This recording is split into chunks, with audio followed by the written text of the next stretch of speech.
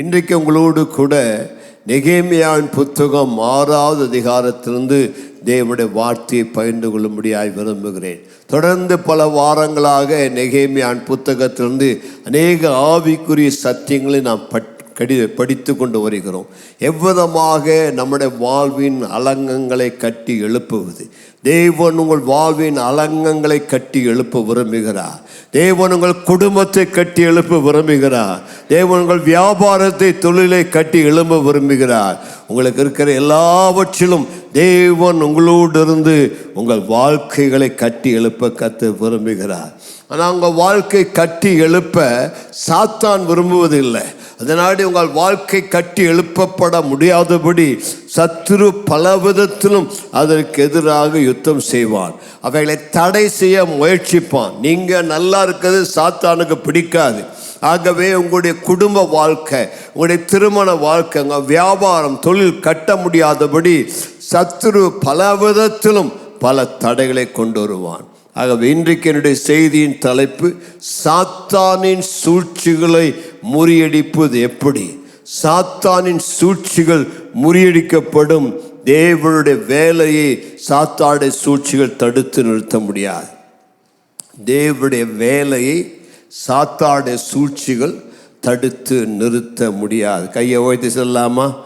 தேவனுடைய வேலையை சாத்தானுடைய சூழ்ச்சிகள் தடுத்து நிறுத்த முடியாது.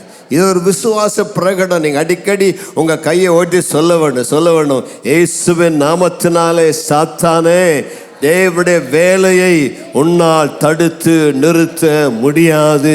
தேவனுடைய வேலை நடந்தே தீரும். ஏனென்றால் ரோமர் 8:37 சொல்லுகிறது, இவை எல்லாவற்றிலையும் நம்ம அன்பு கூறுகிறாலே நாம் முற்றிலும் ஜெயம் கொள்ளுவளாக இருக்கிறோம். உங்களை பார்த்தா ஒருத்தருக்குமே ஜெயம் வேண்டாங்கிற மாதிரி இருக்கிறீங்க. யாருமே கையை உயர்த்தி சத்தமாக சொல்லலை. ஜெயம் வேணுங்கிறவங்கெல்லாம் சத்தமாக சொல்லியிருப்பாங்க. உங்களுக்கு ஜெயம் வேண்டாம், மீண்டும் ஒரு முறை கையை உயர்த்தி சொல்லுங்க. இவை எல்லாவற்றிலேயும் நம்ம அன்பு கூறுகிற இயேசுவனாலே நான் முற்றிலும் ஜெயம் கொள்ளுகிறவனாய் இருக்கிறேன். நான் தோற்று போகிறவன் அல்ல, நான் ஜெயம் கொள்ளுகிறவன், வெற்றி பெறுகிறவன். எத்தனை தான் போராட்டம் வரட்டுமே, பிரச்சனை வரட்டுமே, தடை வரட்டுமே, எதிர்ப்புகள் வரட்டுமே, என்ன வந்தாலும் எது வந்தாலும் இயேசுவின் நாமத்தினாலே எனக்கு ஜெயம் கொடுக்கிற தேவனுக்கு அல்லேலூயா, ஹல்லேலூயா, எனக்கு ஜெயம் கொடுக்கிற தேவன். ஆவிக்குரிய வாழ்க்கையில் நாம் பல சமயத்தில் பல விதமான போராட்டங்களை சந்திப்போம். தேவனுடைய வேலை செய்ய முடியாதபடி, தேவன் நம்மை ஆசீர்வதிக்க முடியாதபடி சத்துரு பல விதத்தில் போராட்டங்களை, தடைகளை, எதிர்ப்புகளை கொண்டு வருவான். நெகேமியா அலங்கத்தை கட்டும் பொழுது அவதமாகத்தான் அவனுடைய வாழ்க்கையில் அவனுக்கு பல தடைகள், எதிர்ப்புகள் காணப்பட்டது.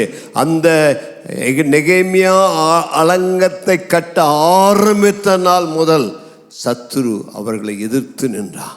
பல விதத்தில் அதை தடை செய்ய பார்த்தான். நெகேமியா 6 முக்கிய காரியம் என்னன்னா, 1ஆம் வசனத்தை வாசிங்க. நெகேமியா 6:1. நான் அலங்கத்தை கட்டி முடித்ததையும். நான் அலங்கத்தை கட்டி முடித்த. நெகேமியா அலங்கத்தை முடிச்சிட்டான், கட்டி முடிச்சிட்டான். வாசிங்க. இனி அதிலே திறப்பு ஒன்றுமில்லை என்பதையும் சன்பல்லாத்தும் தொபியாவும் அரபியனான கேசேமும் எங்களுக்கு உண்டாயிருந்த மற்ற பகைஞரும் கேள்விப்பட்ட போது நான் வாசல்களுக்கு இன்னும் கதவு போடாதிருக்கையில் சன்பல்லாத்தும் கேசேமும் ஆள் அனுப்பி நாம் ஓன பள்ளத்தாக்கில் இருக்கிற கிராமங்கள் ஒன்றில் ஒருவரை ஒருவர் கண்டு பேசுவோம் வாரும் என்று கூப்பிட்டார். ஒரு நாள் ஓய மாட்டான். நீ வேலையை முடிக்க போற தருவாயில கூட, எல்லாம் முடிச்சாச்சு நிலையில கூட அவன் உனக்கு எதிராக வருவான். இங்கே அலங்கத்தை கட்டி முடித்து விட்டான். இன்னும் கதவு தான் போடல. இந்த கதவு போடுறதுக்குள்ள சாத்தான் நடுவில் வந்து ஏதாவது தடை பண்ணணும், அதை முடிக்கக்கூடாது, இதை பிரதிஷ்டை பண்ணக்கூடாது, இதை எப்படியா தடை பண்ணவன் என்பதற்காக அவன் இங்கே பிரச்சனையை எழுப்புகிறான்னு சொல்லி பார்க்கிறோம். அதனுடைய அர்த்தம் என்னன்னா, உனக்கு ஆவிக்குரிய வாழ்க்கையில் வெற்றி கிடைக்க போகுதுங்கிற சமயத்தில் தான் சாத்தான் இன்னும் அதிகமாக வருவான். அப்படின்னா சீக்கிரத்தில் உனக்கு ஜெயம் வரப்போகிறது என்ற அர்த்தம். ஒரு அல்லேலூயா சொல்லலாமா? உனக்கு யுத்தம் இன்டென்ஸ் ஆகுது, யுத்தம் அதிகமாகுதுன்னா நீ ஒன்றை அறிந்து கொள்ள வேண்டும், ஜெயம் வந்து விட்டது, வெற்றி வந்து விட்டது.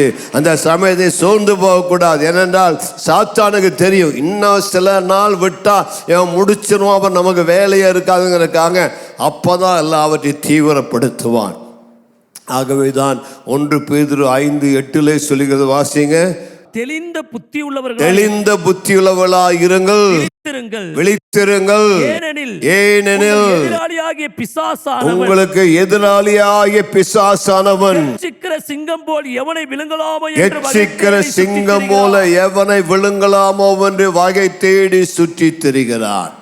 ஆகவேதான் பேதுரு சொல்றார், தைரியமாரியா, விழித்திரு. ஆமா, இந்த டைம்ல சோர்ந்து போகாத. காரணம், நீங்கள் ஒரு யுத்த களத்தில் இருக்கிறீர்கள்.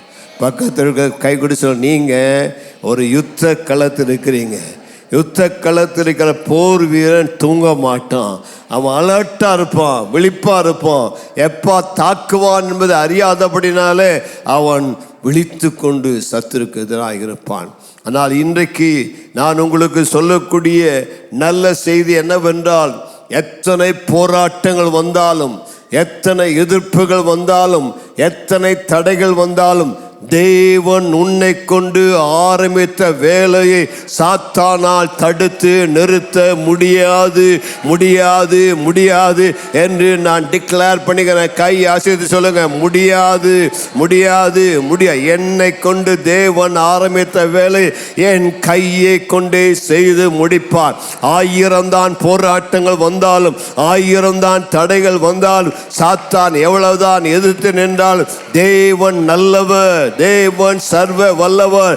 என் மூலமா என் கையை கொண்டு செய்ய ஆரம்பித்ததை நிச்சயம் நிறைவேற்றி முடிப்பார். அவருடைய கையை தடுத்து நிறுத்தி என்னையா செய்கிறேன் கேட்பவன் யார்? அவருடைய காரியத்தை வழிமறிப்பவன் யார்?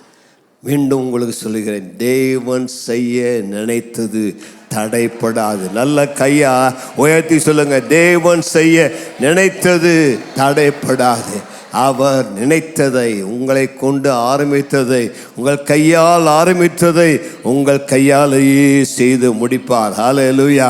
அந்த விசுவாசத்தோடு இருக்க வேண்டும். எத்தனை பிரச்சனை வந்தாலும், எத்தனை போராட்டம் வந்தாலும், என்னை கொண்டு ஆரம்பித்ததை அவர் என்னை கொண்டே செய்து முடிப்பார். பக்கத்தில் பாசலும், உங்கள் மூலமாக ஆரம்பித்ததை நீங்கள் தான் செய்வீங்க, இன்னொருத்தர் செய்ய மாட்டாங்க, நீங்கள் செய்து முடிப்பீர்கள். இதுதான் நெகேமியான் புத்தகத்தில் பார்க்கிற. நெகேமியா வேலையை ஆரம்பித்தாரு, அவரே செய்து முடித்தார். உங்களுக்கும் கர்த்தர் இந்த கிருபைத்தார். இப்படியெல்லாம் பைபிளை பார்க்கும்போது அதெல்லாம் நமக்குரிய தீர்க்கமான வார்த்தைகளாய் பெற்றுக்கொண்டு அதை விசுவாசத்தோடு அறிக்கை பண்ணுவங்களுக்கு தான் ஜெயம் கிடைக்கும். நெகேமியா பண்ண எனக்கு என்ன அப்படின்னீங்கன்னா உங்களுக்கு ஒன்றும் நடக்காது. நெகேமியாவுக்கு செய்த கர்த்தர் எனக்கும் செய்ய வல்லவர். ஹல்லேலூயா. அந்த விசுவாசத்தோடு தான் நெகேமியா புத்தகத்தை நாம் வாசிக்கிறோம். ஏற்கனவே சொன்னது போல நெகேமியா புத்தகம் கடைசி காலத்துக்குரிய தீர்க்கதரிசன புத்தகம். அந்த தீர்க்கதரிசன புத்தகத்தில் அநேக தீர்க்கதரிசனங்களை பெற்றுக்கொள்கிறோம், அறிந்து கொள்கிறோம், அவைகளை நம்முடைய அனுபவமாக மாற்றிக்கொள்கிறோம். நெகேமியான் புத்தகத்தில் நெகேமியா பல போராட்டங்களை சந்தித்தான்.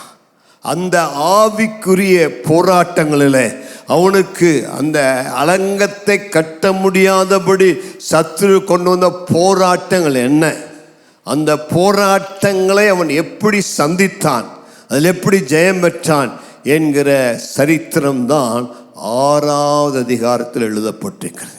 அவன் இந்த 6வது அதிகாரத்தில் நெகேமியாவுக்கு வந்த சாத்தானுடைய 4 யுக்திகள், 4 strategies of Satan. நெகேமியாவை வேலை நிறுத்த வைக்கிறதுக்கு சாத்தான் எடுத்த 4 ஆயுதங்களை இந்த 6வது அதிகாரத்தில் பார்க்கிறோம். நம்முடைய வாழ்க்கை அந்த ஆயுதங்களை சாத்தான் பயன்படுத்துவோம். அப்படியானால் நெகேமியா அதை எப்படி மேற்கொண்டான், அதை நாம் அறிந்து கொண்டால் நம்முடைய வாழ்க்கையும் சாத்தான் கொண்டு வருகிற அந்த 4 ஆயுதங்கள் மேலே வெற்றியை நமக்கு தர தேவன் வல்லவராக இருக்கிறார். சாத்தான் செய்த முதலாவது தடை, சாத்தானுடைய முதலாவது யுக்தி சமரசம் பேசுதல், சதி, சூழ்ச்சி திட்டம். என்னன்னா சமரசம் பேசுதல். வாசிங்க 2ஆம் வசனத்தை. நான் வாசல்களுக்கு இன்னும் கதவு போடாதிருக்கையில் சன்பலாத்தும் கேசேமும் ஆள் அனுப்பி நாம் ஓனோ பள்ளத்தாக்கில் இருக்கிற கிராமங்கள் ஒன்றில். சன்பலாத்தும் தொபியாவும் கேசேமும் ஆள் அனுப்பி நெகேமியாவுக்கு சொல்றாங்க, நெகேமியா இன்னும் நீ கதவெல்லாம் போடல, ஆனா அவங்க கூட கொஞ்சம் பேச விரும்புகிறோம், உன்னோட கூட ஓனோ பள்ளத்தாக்கு வா. என்ன பள்ளத்தாக்கு? ஓனோ பள்ளத்தாக்கு வா, சமரசம் பேசுவோங்கிறான். சாத்தான் உன்னை ஓனோ பள்ளத்தாக்கு அழைத்தால் நீ ஓ நோ வரமாட்டேன்னு சொல்லணும். என்ன சொல்லணும்? ஓனோ பள்ளத்தாக்கு சாத்தான் கூப்பிடுவான். கூப்பிட்டா நீங்க என்ன சொல்ல வேண்டும்? ஓன். சத்தமாக தான் சொல்லுங்களேன், கையை ஓ நோ, ஓ நோ சாத்தானே வரமாட்டேன். ஓனோ பள்ளத்தாக்கிற்கு ஓ நோ. ஆமா, ஓனோ பள்ளத்தாக்கிற்கு நெகேமியாவை வர சொல்லி அழைத்தார்கள். ஆனால் நெகேமியா சொன்ன, ஓ நோ வர முடியாது, நான் மிகப்பெரிய வேலை செய்கிறேன்.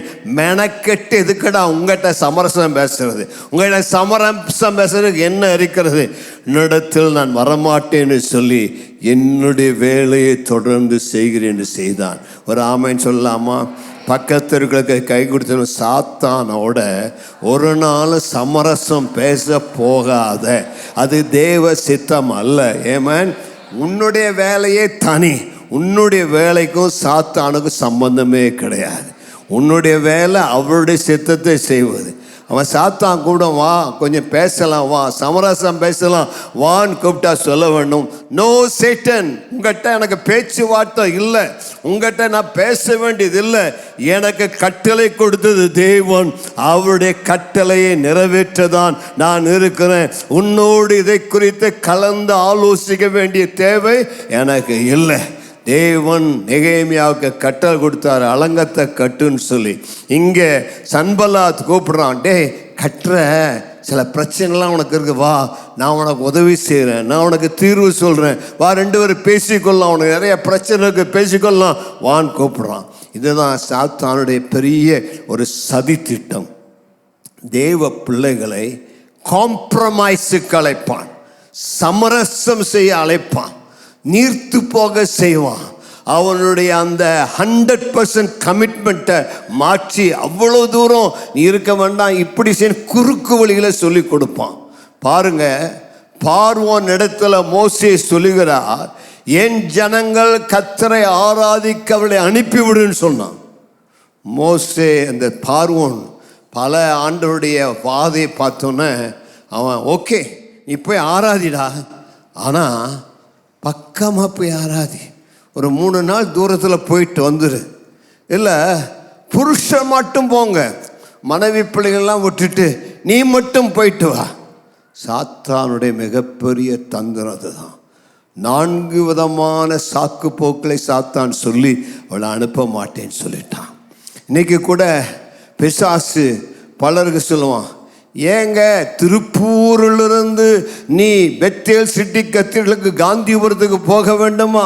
திருப்பூலம் வீட்டு பக்கத்திலேயே மாதா கோயில் இருக்கிறது, அங்கே போய் ஒரு ஊதுபத்தி பற்றி வச்சா என்ன குறைஞ்சி போகுது, அதுவும் சர்ச்சு தானே.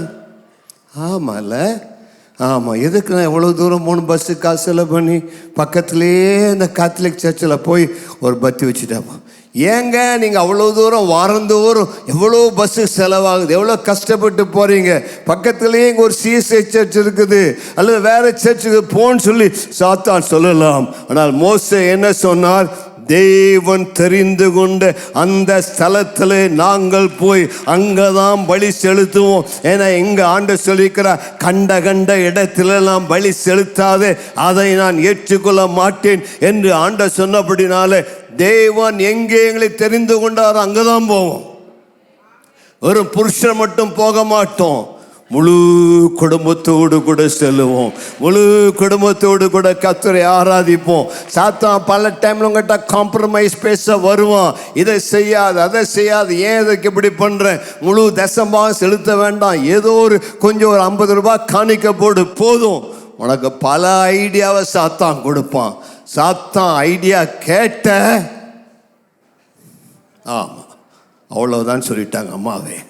ஆமாம், அதனால் நீங்கள் சொல்ல வேண்டும், தேவன் சொன்னதை அப்படியே செய்வோம். தேவனுடைய வார்த்தையோடு நாங்கள் நீர்த்து போக விடமாட்டோம். சாத்தான் இன்றைக்கு அநேகரை சொல்லுவான், ஆமா 2 எஜமானி ஊழியம் செய்ய முடியாது. ஒன்று அவரை நேசித்து இயேசுவுக்கு ஊழியத்தை செய், ஒன்று இயேசுவை நேசித்து அவரை பின்பற்றி. உலகமும் வேண்டும் இயேசுவும் வேண்டும் என்று சொல்ல முடியாது. எனக்கு இயேசு ஒருவர் தான். நல்ல கையை உயர்த்தி சொல்லுங்க, இயேசுவின் பின்னே போக துணிந்தேன் நான், பின்னோக்கேன் நான் பின்னோக்கேன். நல்ல கையை உயர்த்தி தான் சொல்லுங்களேன். கையை உயர்த்திட்டே சில பெண்ணுக்கு பார்க்குறாங்க.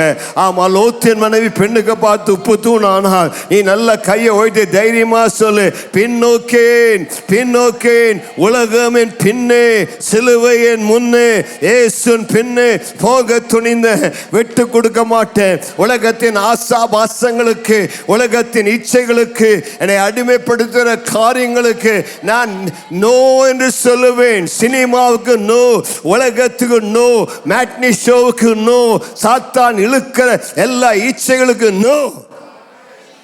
சாத்தான் பல விதத்தில் சொல்லுவான், இது ஒரு பெரிய பாவம் இல்லை. இந்த பாவத்தில் தாவீதே விழுந்தான். அதான் தாவீதையே ஆண்டு மன்னிச்ச. உனக்கு என்ன அதை பற்றி கவலை? ஆமாம், தாவீது விழுந்தாலும் எழுந்து மன்னிப்பு கேட்டு திரும்ப செய்யவே இல்லை. நீ ஒரு தடவை செஞ்சால் விடுறதில்ல, திரும்ப திரும்ப அதிலேயே விழுந்துட்டுருக்கிற. ஆமாம், நாய் தான் கக்குனதை திரும்ப சாப்பிட்றது போல திரும்ப திரும்ப அதே பாவம். ஆமாம், இந்த பாவத்திலிருந்து இச்சையிலிருந்து விடுபட்டு தைரியமாக உலகத்துக்கு நோ சொல்லி விசுவாசத்தில் நிற்க வேண்டும். ஆகவே காம்ப்ரமைஸ் என்பது நம்முடைய சாத்தான் பல விதத்தில் காம்ப்ரமைஸ் கூப்பிடுவான். நம்முடைய பரிசுத்த வாழ்வை விட்டு கொடுக்க நம்மை தூண்டுவான். கொஞ்சம் உலகத்தில் வா, கொஞ்சம் உலகத்தின் மக்களை போல இரு, கொஞ்சம் உலகத்தின் மக்களை போல கொஞ்சம் கஞ்ச அடி, கொஞ்சம் போதைப் பொருளுக்கு அடிமையாகு, கொஞ்சம் ட்ரிங்க்ஸ் போடு, கொஞ்சம் குடிச்சினா தப்பு இல்லை, கொஞ்சம் குடித்து கொள்ளலாம், கொஞ்சம் ட்ரிங்க்ஸ் அடிக்கலாம், கொஞ்சம் ஸ்மோக் பண்ணலாம். நோ, இந்த சரீரம் தேவனுக்குரியது. இதை நான் கெடுத்தால் தேவன் என்னை கெடுப்பார். ஆகவே இந்த சரீரத்தை பரிசுத்தமாய் பாதுகாத்து கொள்வது தேவன் எனக்கு கொடுத்த பொறுப்பாக இருக்கிறது. ஹல்லேலூயா. உபதேசத்தில் காம்ப்ரமைஸ் கூடாது. இன்னைக்கு பலர் உபதேசத்தில் காம்ப்ரமைஸ் பண்ணுகிறார்கள். பல பொய்யான சத்தியங்கள் சபைக்குள் நுழைந்து கொண்டிருக்கிறது. இன்னைக்கு மிதமிஞ்சிய உபதேசம், பலவிதமான தவறான உபதேசங்கள், செழிப்பின் உபதேசங்கள். இன்னைக்கு பல சர்ச்சஸ் நடன கேளிக்கை கூத்துகளாய் மாறுகிறது. டான்ஸ் பார்ட்டி, விசில் பார்ட்டி, அந்த பார்ட்டி, சினிமா பார்ட்டி என்று மாறுகிறது. இன்னைக்கு ஆலயத்தில் சினிமா தியேட்டர் போல விசில் அடிக்கிறாங்க. விசில் அடிக்கிற கூட்டத்தில் போயிடாதப்பா. இன்னைக்கு நிறைய வாலிப பிள்ளைகள் விசில் அடிக்கிறவங்க பின்னாடி போகிறாங்க. ஆமாம், விசில் அடிக்காத, விசில் அடிக்கிற கூட்டத்தோடு போகாத, அது ஆபத்தானது. நான் சொல்லுகிறது உங்களுக்கு புரியும் நினைக்கிறேன்.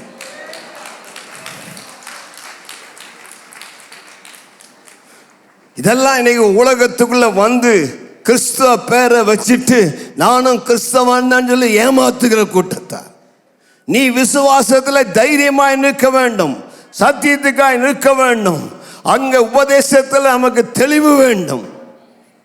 பரிசுத்த வாழ்வை வாழ அழைக்க புறமா வந்து கேட்டான், பாஸ்டர் நான் அந்த இயேசு நாமம் கூட்டத்தார் கூப்பிட்டாங்க, அங்கே போயிட்டேன் கொஞ்ச நாள். ஏன் போனேன்? அங்கே போய் ஞானஸ்தானம் திருப்பி எடுத்துட்டேன். மறுபடியும் ஞானஸ்தானம் எடுக்கணுமா? நீ ஒரு ஞானஸ்தானம் இல்லை, 10 ஞானஸ்தானம் எடுத்தாதான் நீ சரியாக. ஆகவே இவ்விதமாக சத்தியத்தை அறியாம, உபதேசத்தை அறியாம அவங்க கூப்பிட்டாங்க. நிறைய பேர் கூப்பிடுவாங்க. எங்க சர்ச்சுக்கு ஒரு நாள் வந்து பாரு. இன்னைக்கு ஆடு திருடுற கூட்டம் நிறைய சர்ச்சுக்குள்ள இருக்குது. இன்னைக்கு யாராவது இங்க ஆடு திருட வந்த ஜாக்கிரதை. ஆமா, ஆடு திருடுறதுக்காகவே சர்ச்சுக்கு இன்னைக்கு ஆராதனைக்கு வரான். வந்து எங்க சர்ச்சுக்கு வான்னு, உனக்கு என்ன தைரியம்? இங்க வந்துட்டு எங்க சர்ச்சுக்கு வான்னு கூப்பிடுறோம், தொலைச்சு கட்டிடும். எங்க சர்ச்சில் பைபிள் ஸ்டடி நல்லா இருக்கு, எங்க பாஸ்டர் தீர்க்கதரிசி சொல்றாரு. ஆமா, இங்க என்ன குறைவாக இருக்குது? இங்க நாங்கள் போறதுக்கு கர்த்தர் என்னை வைத்த இடத்துல நான் உறுதியாய் நிலைத்திருப்பேன். பக்கத்திற்கு கை குடிச்சு, நான் அசைக்கப்படுவதில்லை, நான் வேரூன்றி இருக்கிறேன், நான் நிலைத்திருக்கிறேன், உறுதியாக இருக்கிறேன். கர்த்தர் என்னை வைத்த திருச்சபையில் அசைக்கப்படாமல் நல்ல உறுதியாய் விசுவாசத்தில் நிலைத்திருந்து கர்த்தரை பின்பற்றுவதே எனக்கு கர்த்தர் கொடுத்த கிருபை. ஆகவே தான் நான் உறுதியாய் நிற்கிறேன். ஏனென்றால் இன்றைக்கு உன்னை ஏமாற்றுகிற நயவஞ்சகத்தால் உன்னை இழுப்புண்டு போக பண்ணுகிறவர்கள் அநேகர் எழும்பி தவறான உபதேசத்திற்கு, தவறான காரியத்திற்கு உன்னை வழிநடத்தும்படியாய் விரும்புகிறார்கள். நீ விசுவாசத்திலே தைரியமாய் நின்று அவைகளுக்கு வேண்டான்னு சொல்லும்.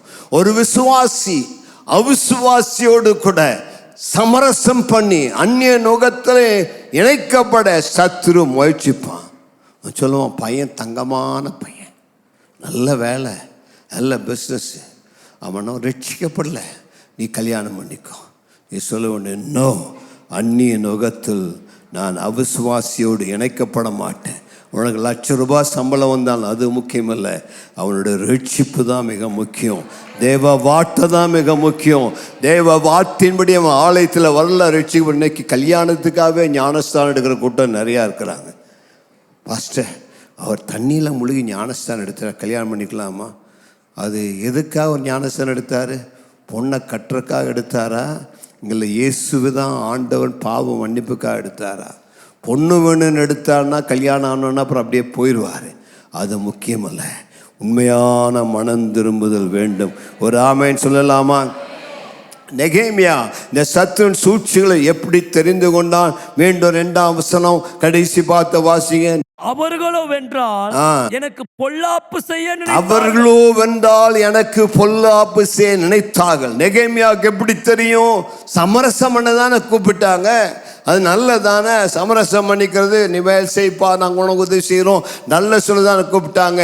ஆனால் நெகேமியாவை இந்த சன்பல்லாத்தும் தொபியாவும் சமரசம் செய்ய கூப்பிட்ட பொழுது நான் நம்புகிறேன் நெகேமியா உடனே தேவனிடத்தில் ஆலோசனை கேட்கிறான், தேவனிடத்தில் ஜெபிக்கிறான். ஒரு ஆமென் சொல்லலாமா?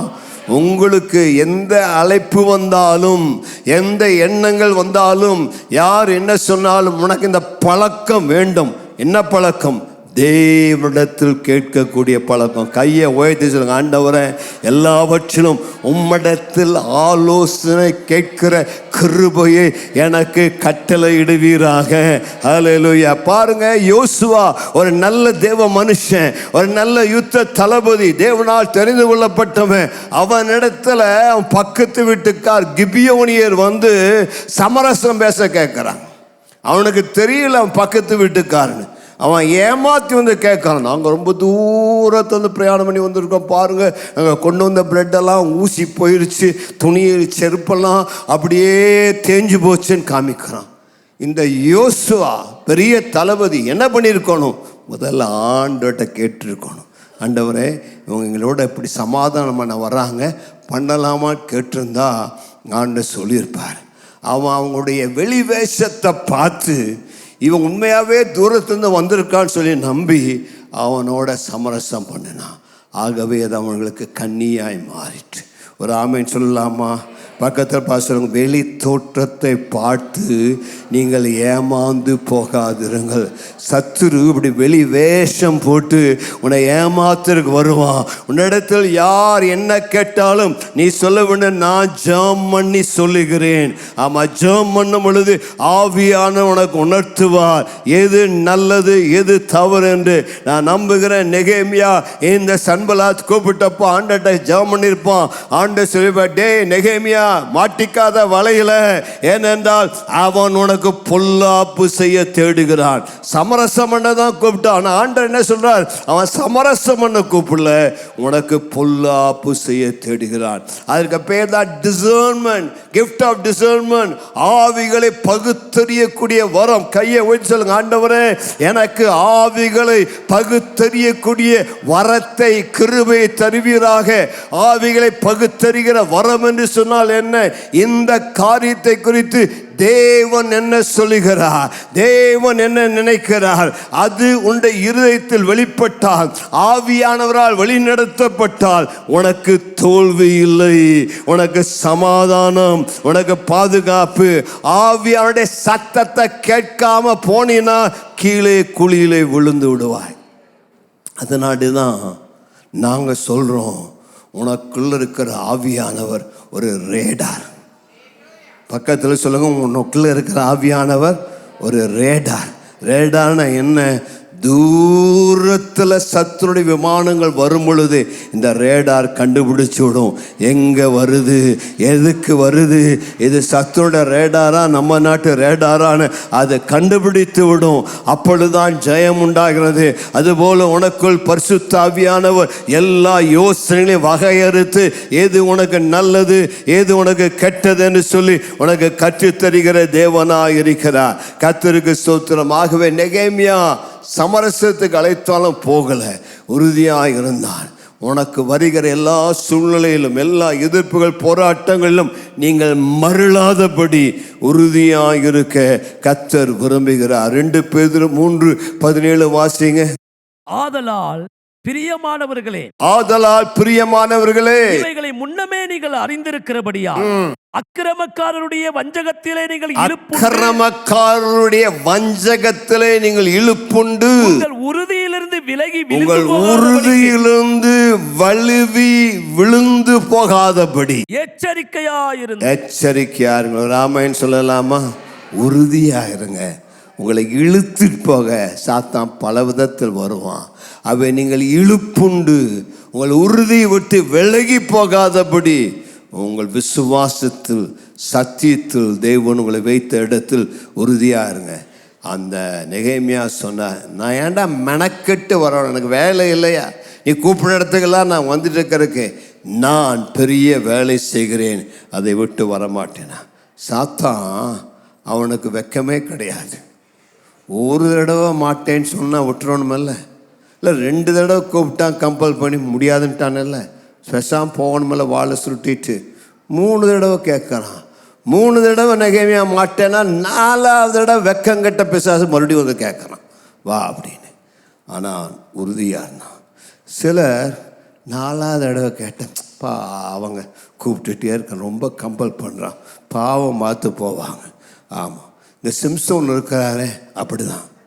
இந்த தெலீலையா அவன் மடியில் படுத்துட்டு, டேய் உன் ரகசியத்தை சொல்ல மாட்டியாடா கண்ணே, சொல்லுடா தங்கம், சொல்லுடா. நான் சொல்ல மாட்டேன். 2வது தடவை கேட்டா, நான் சொல்ல மாட்டேன். 3வது தடவை, என்னடா செல்லம் இவ்வளோ தடவை கேட்குறேன் சொல்ல மாட்டேங்கிறியே, நீ என்னை நேசிக்கிறேங்கிறியே, இந்த ரகசியத்தை சொல்ல, நீ எப்படா என்னை நேசிக்கிறேன்னு சொல்ல. மறுபடியும் கெஞ்சிறான், சொல்ல மாட்டேன். 4வது தடவை அவ கேட்டா, சரி உனக்கு மட்டும் சொல்கிறேன், யாருக்கும் சொல்லாது, விட்டு அவுத்து விட்டான். அடுத்த நாளை பெலிஸ்தீன் வந்துட்டான், இவனை தூக்கி போய் 2 கண்ணையும் குருடாக்கிட்டான். ஒரு ஆமேன்னு சொல்லலாமா? சொல்லுங்க. சாத்தான் எத்தனை தடவை கூப்பிட்டாலும் என் விசுவாசத்தில் உறுதியாக இருப்பேன், விட்டு கொடுக்க மாட்டேன், விட்டு கொடுக்க மாட்டேன்.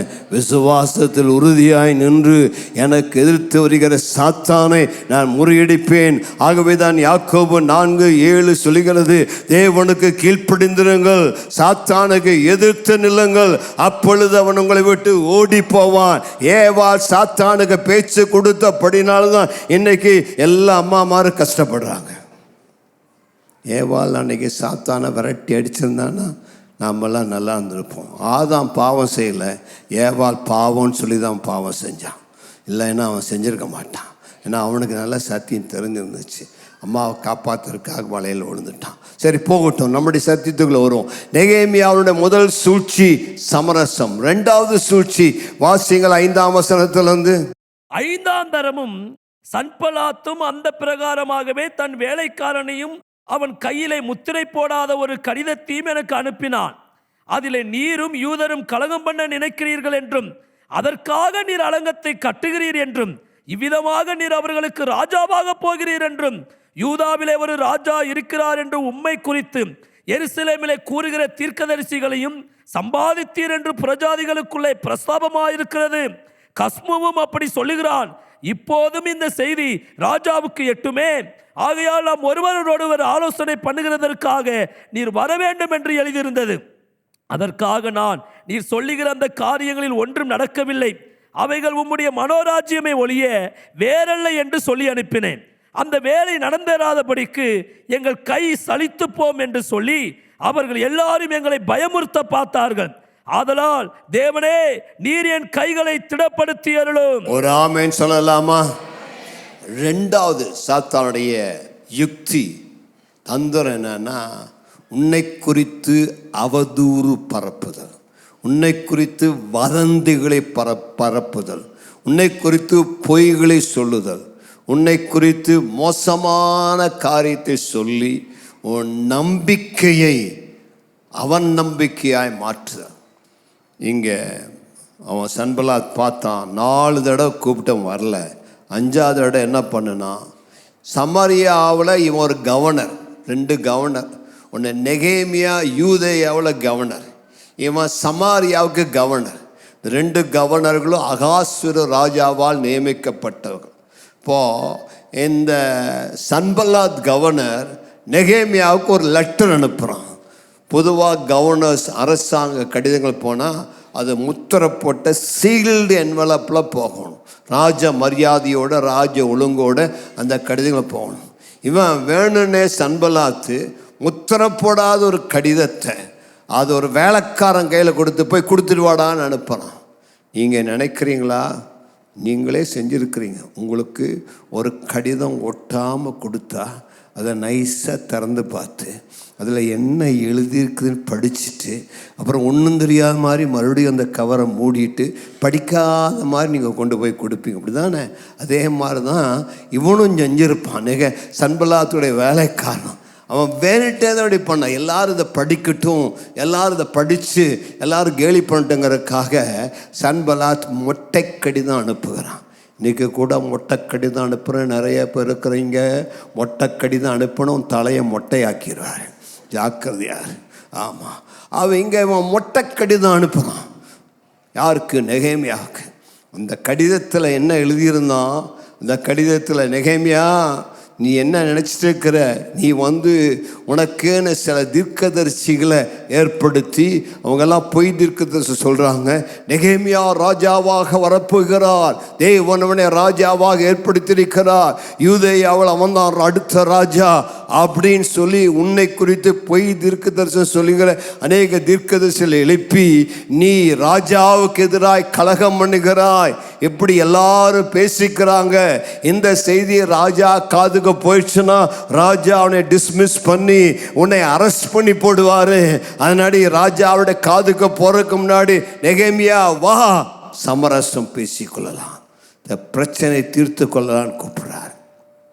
நெகேமியாவுக்கு நல்லா புரிஞ்சிருச்சு. நெகேமியா சொல்கிறாரு, டேய், நீ சொல்கிறதெல்லாம் உன்னுடைய மனோராஜ்யம், உன்னுடைய மனதில் இருக்கிற கற்பனை. அந்த மாதிரி எனக்கு ஒரு யோசனை இல்லை. எனக்கு ராஜாவாகணும் விருப்பம் இல்லை. அரக்கான அலங்கத்தை கட்டலை.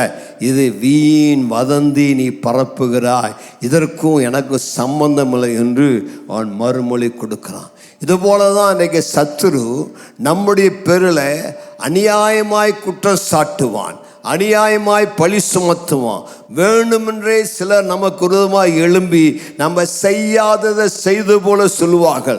அவதூறு என்று சொன்னால் நம்முடைய குணத்தை கெடுத்துவது, நம்முடைய குணத்தை குறித்து மோசமாய் பேசுவது, நடக்காத ஒன்றை நடந்தது போல சொல்வது, பொய்யை பேசுவது. ஒருத்தனுடைய பிடிக்கலைன்னா இல்லாத பொல்லாத எல்லாவற்றையும் சொல்லுவான், நீ செய்யாத எல்லாவற்றையும் சொல்லுவான், மனசாட்சி இல்லாமல் பொய் சொல்லுவான். அதுதான் சாத்தானுடைய வேலை.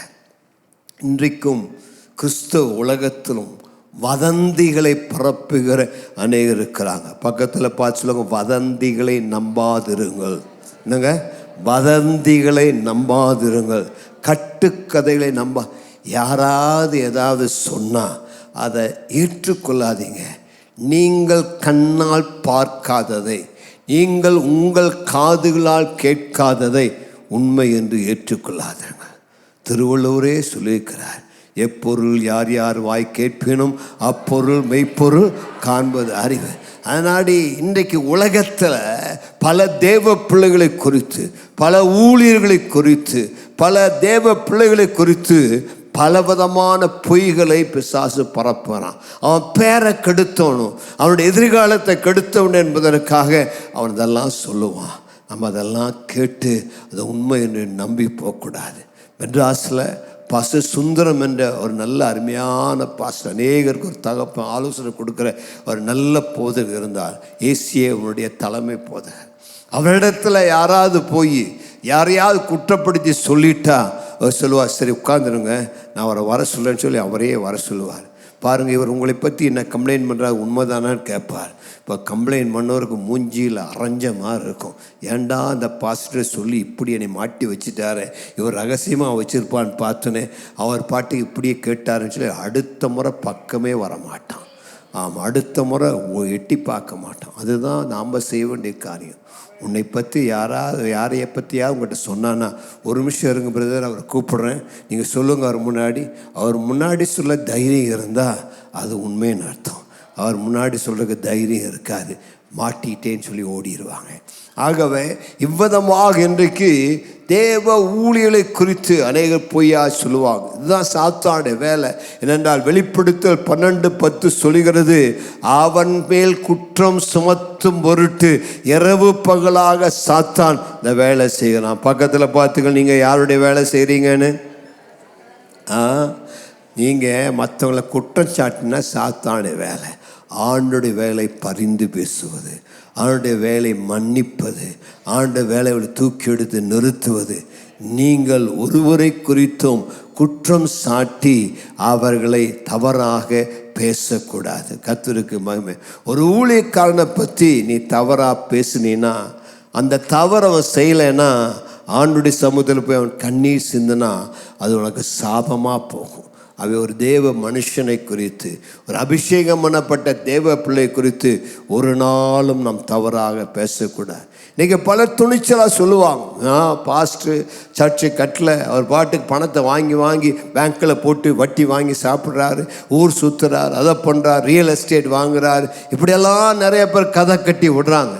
எங்கள் கஷ்டங்கள் யாருக்கு தெரியும்? நாங்கள் படுகிற பாடுகள், சிந்துகிற கண்ணீர் ஆண்டவருக்கு முன்பதாய் பரிசுத்தமாய் சாட்சியாக. அதனால தான் பவுல் சொன்னார், ஐயா எப்பேசு சபை பார்த்து சொன்னார், எங்கள் கைகள் சுத்தமாக இருக்கிறது.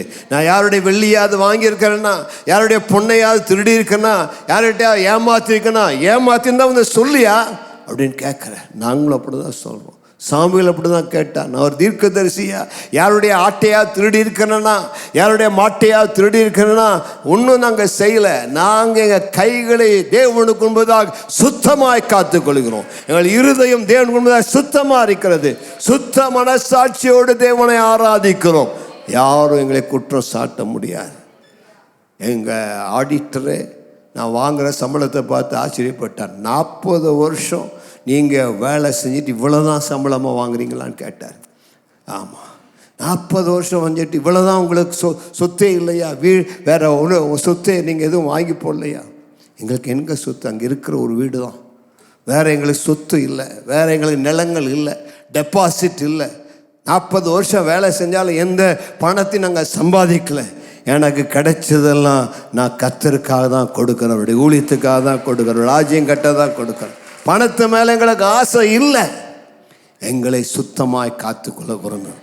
மற்றவர்களுக்கு பிரசங்கம் பண்ணிக்கிற நான் ஆகாதனாய் போகாதபடிக்கு நாங்கள் எல்லாவற்றையும் அடக்கி ஒடுக்கி கத்திருக்கும்பதாய் சாட்சி. எங்கள் பிள்ளைகள், எங்கள் மனைவி, பிள்ளைகள் எல்லாரையும் பாருங்கள். ஒருத்தருக்கும் ஒரு சொத்து இல்லை, ஒரு நிலம் இல்லை, ஒரு வேறு எதுவும் இல்லை, டெபாசிட்டுகள் இல்லை. இயேசுவை நம்பி ஊழியத்தை செய்கிறோம். இன்றைக்கும் விசுவாசத்தில் தான் நிற்கிறோம். இன்றைக்கி இந்த தேவை வந்தால் முழங்கால் போட்டு ஜெபிக்கிறோம் கத்தத்தை. ஆனால் இன்னைக்கு அவதூறு பேசுகள் நிறைய பேர் இருக்கிறாங்க. பாஸ்டர் கோடிக்கு மேலே கோடி சேர்த்து வச்சிருக்கிறார், அங்கே வீடு வாங்கிக்கிறார், இங்கே வீடு வாங்கிக்கிறார், அப்படி பண்ணியிருக்க எப்படி பண்ணியிருக்கா. நீ சொல்லையா? நீ சொல்ல சொல்ல எனக்கு ஐஸ்வர்யம் பெருகும். நீ சொல்ல சொல்ல கர்த்தர் இன்னும் அதிகமாக ஆசீர்வதிப்பார். அவதூறு பரப்புவது தவறு. நெகேமியா மேலே இந்த அவதூறு பரப்பின பொழுது நெகேமியா என்ன செய்தான்?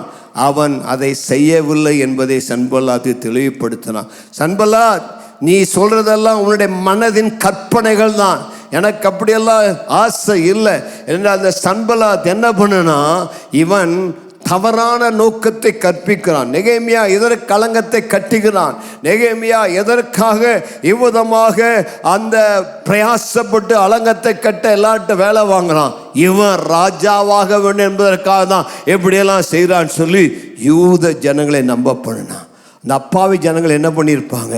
ஓஹோ, இதுக்கு தான் அவர் அலங்கம் கட்டுறாரா? இது வரைக்கும் நமக்கு தெரியலையே, நான் கூட வேற என்னமோ நினச்சிருந்தேனே. இவர் நம்மகிட்ட எல்லாம் காசு வாங்கி இவர் ராஜாவாகிறதுக்காக அலங்கத்தை கட்டுகிறாரான்னு சொல்லி தவறான எண்ணங்களை மனிதருடைய உள்ளங்களில் அவன் விதைத்தான், சந்தேகத்தை விதைத்தான்.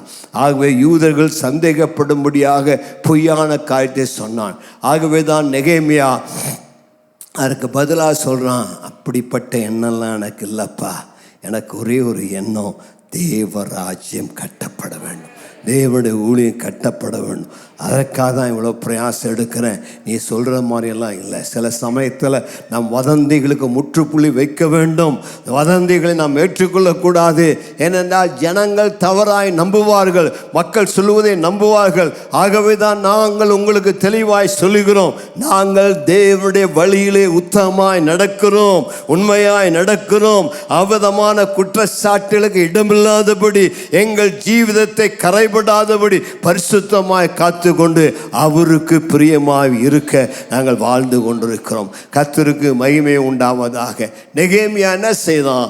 இப்படியெல்லாம் குற்றச்சாட்டு அவன் மேலே வந்த பொழுது அவன் கைகளை உயர்த்தி ஆண்டவரிடத்தில் ஜெபம் பண்ணான். வாசிங்க இந்த வசனத்தை. அந்த வேலை நடந்தேறாதபடிக்கு, அந்த வேலை நடந்தேறாதபடிக்கு கை சலித்து போகும், கை சலித்து போகும் என்று சொல்லி அவர்கள் எல்லாரும் எங்களை பயமுறுத்த பார்த்தார்கள். எல்லாரும் எங்களை பயமுறுத்த பார்த்தார்கள். ஆதலால் தேவனே நீர் என் கைகளை திடப்படுத்தி, நீர் என் கைகளை திடப்படுத்தியும். ஒரு ஆமென் சொல்லலாமா? 9ஆம் வசனம் உபதமாய் சொல்லுகிறது. நெகேமியா அவதமான சூழலை ஒன்றை சொன்ன, ஆண்டவரே என் கைகளை திடப்படுத்திடணும். வலது கரத்தை உயர்த்தி ஆண்டவரை பார்த்து சொல்லுங்க, ஆண்டவரே என் கைகளை திடப்படுத்துங்க. சத்துருனை பலவீனப்படுத்த பார்க்குறான், சத்துரு வேலையை தடுக்க பார்க்குறான், சத்துருனை சோர்வடைய பண்ண பார்க்குறான். இந்த வேலை நடக்கக்கூடாது, என்னை சலித்து போக, டயர்டாக்க என்னை பயமுறுத்துகிறான்.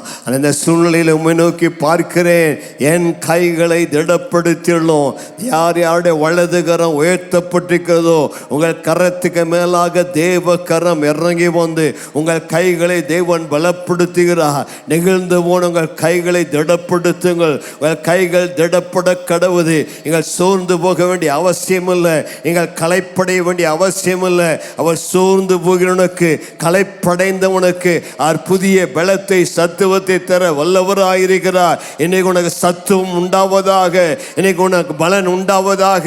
உனக்கு வருகிற பிரச்சனைகளை கண்டு சோர்ந்து போகாதே, உனக்கு வருகிற தடைகள் எதிர்ப்புகளை கண்டு கலங்கி போகாதே. உன்னுடைய கையை உயர்த்தி சொல்ல, ஆண்டவரே என்னை பலப்படுத்துங்கப்பா, இந்த யுத்தத்தில் என்னை பலப்படுத்துங்க, இந்த சூழ்நிலையை தைரியப்படுத்துங்க. கலங்காமல் தைரியமாய் நிற்கத்தக்கதாக உன்னுடைய கிருபை என்னுடைய வாழ்வில் இறங்கி வருவதாக. உன் மேல இன்னைக்கு ஆணுடைய கிருபை இறங்கி வருகிறது, அவருடைய பலன் உன்னை நிரப்புகிறது. கர்த்தர் உன்னை பலப்படுத்துவாராக, உனக்கு சகாயம் பண்ணுவாராக, உனக்கு உதவி செய்வாராக. உன் கைகளை நெகிழ விடாமல் இரு. உன் கிரியைகளுக்கு மிகுந்த பலன் உண்டு, உன் கிரியைகளுக்கு மிகுந்த பலன் உண்டு. உன் கைகளை தளர விடாத. எப்பொழுதெல்லாம் தளர்ந்து போகிறாயோ, எப்பொழுதெல்லாம் களைத்து போகிறாயோ, அப்பொழுதெல்லாம் உன் கையை அவருக்கு நேராக உயர்த்து. எனக்கு ஒத்தாசை வரும் பர்வதங்களுக்கு நேராக என் கைகளை ஏறெடுக்கிறையா. வானத்தையும் பூமியை படைத்த சர்வ வல்லமையுள்ள தெய்வமே, என் கைகளை பலப்படுத்துவீராக, என்னை திடப்படுத்துவீராக, என்னை தைரியப்படுத்துவீராக. எனக்கு வருகிற எல்லா பிரச்சனையிலும் நான் மூழ்கி போகாதபடி என்னை தைரியப்படுத்துங்க ஆண்டவரே. ஹல்லேலூயா. மூன்றாவதாக நெகேமியாவுக்கு வந்த சாத்தானுடைய யுக்தி என்ன? சாத்தான் எவ்விதமாக நெகேமியாவை தடை செய்ய பார்த்தான்னு சொன்னார். வாசியங்கள் 10ஆம் வசனத்திலிருந்து. மெகதாபியலின் குமாரனாகிய தெலாயாவின் மகன் செமாயா தன் வீட்டிலே அடைக்கப்பட்டிருக்கும் போது நான் அவனிடத்தில் போனேன். அப்பொழுது அவன், நாம் இருவருமாய் தேவனுடைய வீடாகிய ஆலயத்துக்குள்ளே போய் தேவாலயத்தின் கதவுகளை பூட்டுவோம் வாரும், உம்மை கொன்று போட வருவார்கள், இரவிலே உம்மை கொன்று போட வருவார்கள் என்றான். அதற்கு நான், என்னை போன்ற மனிதன் ஓடி போவானோ? என்னை போன்றவன் உயிர் பிழைக்கும்படி தேவாலயத்தில் போய் பதுங்குவானோ? நான் போவதில்லை என்றேன். தேவன் அவனை அனுப்பவில்லை என்றும் தொபியாவும் சன்பலாத்தும் அவனுக்கு கூலி கொடுத்ததினால் அவன் எனக்கு விரோதமாய் அந்த தீர்க்க தரிசனத்தை சொன்னான் என்றும் அறிந்து கொண்டேன். நான் பயந்து அப்படி செய்து பாவம் கட்டி கொள்ளுகிறதற்கும் என்னை நிந்திக்கத்தக்க அபகீர்த்திக்கு முகாந்தரம் உண்டாக்குகிறதற்கும் அவனுக்கு கைகூலி கொடுத்திருந்தார்கள். என் தேவனே, தொபியாவும் சன்பலாத்தும் செய்த இந்த செய்கைகளுக்கு தக்கதாக நீர் அவர்களையும் நொவதியாள் என்னும் தீர்க்கதரிசியானவளையும் எனக்கு பயமுண்டாக்க பார்த்த மற்ற தீர்க்கதரிசிகளையும் நினைத்துக் கொள்ளும். மூன்றாவது பிசாசுடைய தந்திரம், உனக்கு கொலை மிரட்டல் விடுவான். என்ன மிரட்டல் விடுவான்? ஆமா, நீ பார், உன்னை கொண்டு போடுவேன், நீ உயிரோடு இருக்க மாட்டேன், உன்னை தீர்த்து கட்டிடுவேன் அப்படின்னு அவன் உனக்கு சவால் விடுவான். இங்கே நெகேமியாவுக்கு அப்படி தான் சவால் விட்டான். அதாவது சில டைமில் ஃப்ரெண்ட்ஸ் மாதிரியே நடிப்பாங்க, அவன் தான் உனக்கு துரோகம் பண்ணுவான். எரேமியா 9:4 வாசி. சிலரெல்லாம் கை தூக்கி ஆமேன்கிறாங்க. வாசிங்க எரேமியா 9:4. நிறைய அனுபவங்கள் இருக்கிறது. வாசிங்க எரேமியா 9:4. நீங்கள் அவனவன் தன் தன் சிநேகிதனுக்கு எச்சரிக்கையாயிருங்கள். ஆமா, ஃப்ரெண்டுன்னு சொல்றவனுக்கு எச்சரிக்கையாயிரு. எந்த சகோதரனையும் நம்பாதிருங்கள். பிரதர் வரவனை நம்பாத. எந்த சகோதரனும் மோசம் பண்ணுகிறான். எந்த சகோதரனும் மோசம் பண்ணுகிறான். எந்த சிநேகிதனும் தூற்றி தீருகிறான். எந்த சகோதரனும் சிநேகிதனும் தூற்றி தீருகிறான். எரேமியாவுடைய அனுபவம் பாருங்க. பாவம், நல்ல ஒரு தீர்க்கதரிசி. இங்க நெகேமியா கூட அப்படிதான் ஏமாந்து போயிட்டான். சமாயான்னு ஒருத்தன் தான், அவன் செம்மையா நடிச்சான். சமாயா அவன் பாவம் ஒரு தீர்க்கதரிசி. அவன் வீட்டில் அடப்பட்டு இருக்கிறான். ஏன்டா வீட்டை விட்டு வெளியில் வர முடியலன்னு சொல்லி நெகேமியா அவனை விசாரிக்க போகிறான். வீட்டுக்கு இரக்கம் பாராட்டி அவனை வீட்டுக்கு போனால் நெகேமியா சமாயா நல்லா நடிக்கிறான். என்ன சொல்கிறான்? நெகேமியா, உன்னை கொன்று போடுறதுக்கு இன்னைக்கு ராத்திரி வர்றதுக்கு திட்டம் போட்டிருக்கிறாங்க. ஆண்டவர் எனக்கு வெளிப்படுத்தினார். யார் வெளிப்படுத்தினார்? ஆமாம், ஆண்டவர் எனக்கு இன்னைக்கு உன்னை கொண்டு போட போகிறான் வெளிப்படுத்தினார். அதனாடி வா, நீயும் நானும் ஓடி போய் ஆலயத்தில் போய் பதுங்கி கொள்வோம். ஆலயத்தில் பதுங்கிட்டா யாரும் நம்மை கொண்டு போட மாட்டாங்க. வா போலான்னு கூப்பிட்டான். நெகேமியா ஒரு தேவ மனுஷன், தேவனுடைய அறிவை அறிந்தவன்.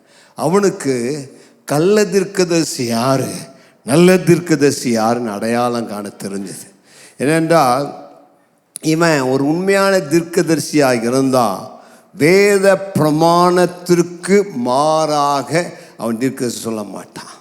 ஒரு தீர்க்கதரிசி போய் ஒளிஞ்சுக்கோ, பயந்து பயந்து ஓடி போய் ஒளிஞ்சுக்கோன்னு சொல்ல முடியாது. நீ தைரியமாக நிலுப்பா, கர்த்தர் உனக்கு துணை நிற்பா, கர்த்தர் உன்னை விடிப்பான்னு சொல்ல வேண்டிய தீர்க்கதரிசி உன்னை கொல்ல வராங்க, நீ உன்னை காப்பாற்றிக்கோங்கிறார். உண்மையான தீர்க்கதரிசி தேவன் உனக்கு துணை நிற்பார், உன்னை விடுவிப்பார், உனக்கு ஒத்தாசை செய்வார், தைரியமாறு அப்படின்னு சொல்ல வேண்டியவன். இவன் சொல்கிறான் போய் தீர்க்கதரிசம் ஒளிஞ்சுக்கோ. ரெண்டாவது, அந்த காலத்தில் நெகேமியாவின் காலத்தில் டெம்பிள் ஆலயம் என்பது அதில் ஆசாரியர்கள் மட்டுமே உள்ளே போக முடியும். மற்றவர்களெல்லாம் வெளி பிரகாரம் வரைக்கும் தான் நிற்க முடியும். நெகேமியா ஒரு ஆசாரியன் அல்ல. அவன் ஆலயத்தை கட்டிக்கிறனாலும் அவனுக்கு அந்த ஆசாரனுடைய ப்ரிவிலேஜ் கிடையாது. உள்ள பரிசுத்த ஸ்தலத்துக்குள்ள, மகா பரிசுத்த ஸ்தலத்துக்குள்ள ராஜா உசியாவே போனால் அவனை ஆண்டு அடிச்சிட்டார். ஏன்னா அந்த பரிசுத்த ஸ்தலத்துக்குள்ளே ஆசாரியர் மட்டுமே பிரவேசிக்க முடியும். ஆனால் இவன் சொல்கிறான் பாருங்க, நீ ஆலயத்துக்குள்ளே போய் ஒளிந்துக்கொள். இப்போ அவன் தேவ வார்த்தைக்கு மாறாக, தேவ பிரமாணத்துக்கு மாறாக தீர்க்க சொல்கிறான். அதனால தான் அவனை கள்ள தீர்க்கதரிசிங்க. இன்றைக்கும் அநேக கள்ள தீர்க்கதரிசிகள் எழும்பியிருக்கிறார்கள். அவர்கள் பொய்யாக தீர்க்கதரிசி சொல்கிறாங்க. இவன் சமாயா குறித்து அங்கே என்ன சொல்லப்பட்டிருக்க இந்த வசனத்தில் என்ன நீங்கள் படித்ததை கேட்டிருக்கலாம், இல்லைன்னு மீண்டும் படித்து பாருங்கள். சமாயா சன்பலாத்துக்கிட்ட கை கூலி வாங்கினான். என்ன வாங்கினாங்க? கை கூலின்னு என்னன்னு தெரியுமா? தீர்க்கதரிசியில் கூட லஞ்சம் வாங்குறாங்க ஐயா. பாஸ்டர்ஸ் கூட லஞ்சம் வாங்குறான். இந்த சமாயா ஒரு தீர்க்கதரிசி பேர். நான் என்ன வாங்கினா, எதுக்கு லஞ்சம் வாங்கினா? இன்னொருத்தனுக்கு விரோதமாக தீர்க்கதரிசனம் சொல்கிறக்கு. இன்றைக்கி அப்படி ஆட்கள் இருக்கிறாங்க. உனக்கு நல்லது சொல்கிறதுக்கு காசு வாங்கி தீர்க்கதரிசனம் சொல்லுவாங்க, உனக்கு தீங்கு சொல்வதற்கும் காசு வாங்கி தீர்க்கதரிசனம் சொல்லுவாங்க. இந்த ஆலயத்தை கட்டிகிட்டு இருக்கிற டைமில் ஒரு பெரிய ஆக்சிடெண்ட் ஆச்சு எனக்கு. ஒரு ஆகலை, வேனில் போயிட்டுருக்குறோம் ஃபேமிலியாக. அந்த வேன் அன்னூர் பக்கத்தில் போகும்போது திடீர்னு மழை பெஞ்சதுனால அந்த வேன் அப்படியே ஒரு சுற்றி அப்படியே அப்படியே படுத்து கீழே விழுந்துச்சு. நான், மனைவி, பிள்ளைகள்லாம் இருக்கிறோம். எல்லாம் கண்ணாடி தானாக கல் விழுகுது. ஒரு அடி கூட மொக்கடி கூட இல்லாமல் எல்லாரும் தேவனுடைய கிருபினால் வெளியில் வருகிறோம். அப்போ ஏண்டா இப்படியெல்லாம் ஆக்சிடென்ட் ஆச்சுன்னு பயந்துட்டுருக்கேன். அன்றைக்கி ஒரு ஊருக்கு போகிற சுவிசேஷம் சொல்கிறதுக்கு அந்த இடத்துல சத்ருவுடைய தடைகள்லாம் இருந்ததுனால கர்த்தர் அற்புதமாக காப்பாற்றினார். ஆனாலும் அந்த டைமில் எங்கள் வீட்டுக்கு ஒருத்தர் வந்தார். அவர் அரபு நாட்டில் வேலை செஞ்சுட்டு இருந்தார், கல்ஃப் நாட்டில். எங்களுக்கும் ஒரு சர்ச்சில் கொஞ்சம் வேலை செஞ்சுட்டு இருந்தார். ஒரு என்ஜினியமாக இருந்தார். அவர் எங்களை விசாரிக்க வந்துட்டு உடனே அந்நிய பாஷையில் பேசிட்டு தீர்க்கதரிசனம் சொல்ல ஆரம்பிக்கிறோம். ஜாக்கிரதையாகிறேன் அப்படின்னு மிரட்டுறேன். என்னடா நாங்கள் என்ன தப்பு பண்ணோம்?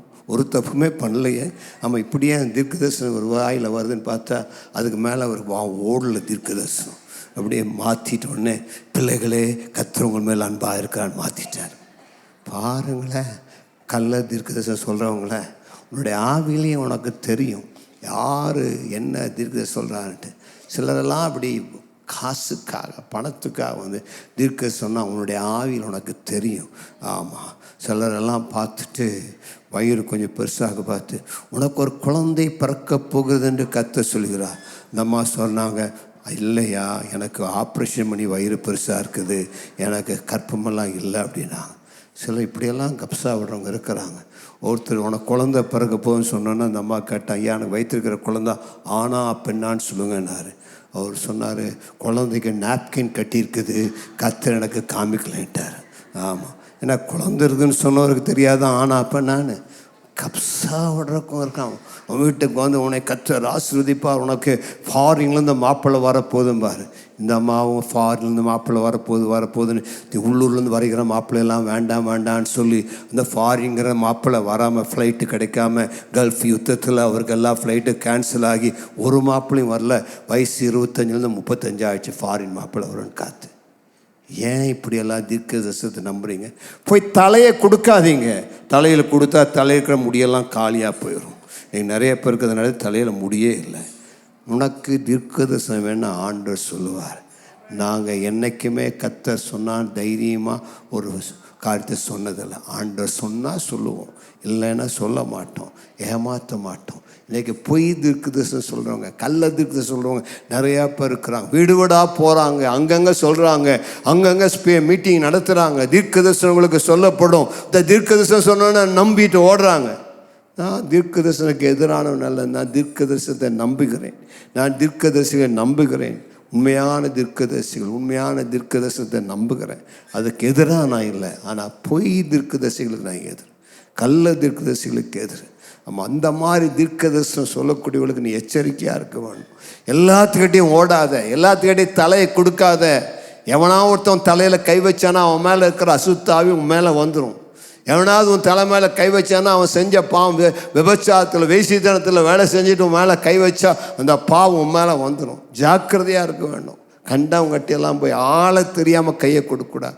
ஒரு ஊழியக்கான குணத்தை தெரியாமல், அவருடைய சுபாவத்தை தெரியாமல் நீ அவன் கையில் அவன் தலையை கொடுக்கக்கூடாது. அவன் குடும்பம் சரியில்லை, அவன் வாழ்க்கை சரியில்லை அப்படின்னா அவன் உன் தலையில் கை வைக்கக்கூடாது. அதுதான் நான் ஆண்டவரே சொல்கிறார், ஒரு மரத்தை அதன் கனிகளால் அறிவீர்கள்.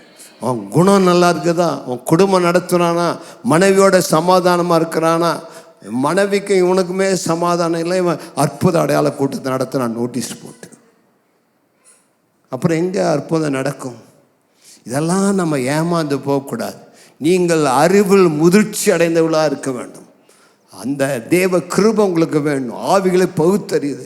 யார் உண்மையான தேவ மனுஷன் யார், அவருடைய வாழ்க்கை என்ன, அவருடைய கனி என்ன, அவருடைய சுபாவம் என்ன, அவருடைய ஊழியத்தின் பலன் என்ன, அதை அறிந்திருக்க வேண்டும். அதை அறியாமல் வரங்கள் வல்லமை என்று ஓடக்கூடாது. இந்த வரத்தையும் வல்லமை வைத்து சாத்தான் அநேகரை ஏமாற்றுகிறான்.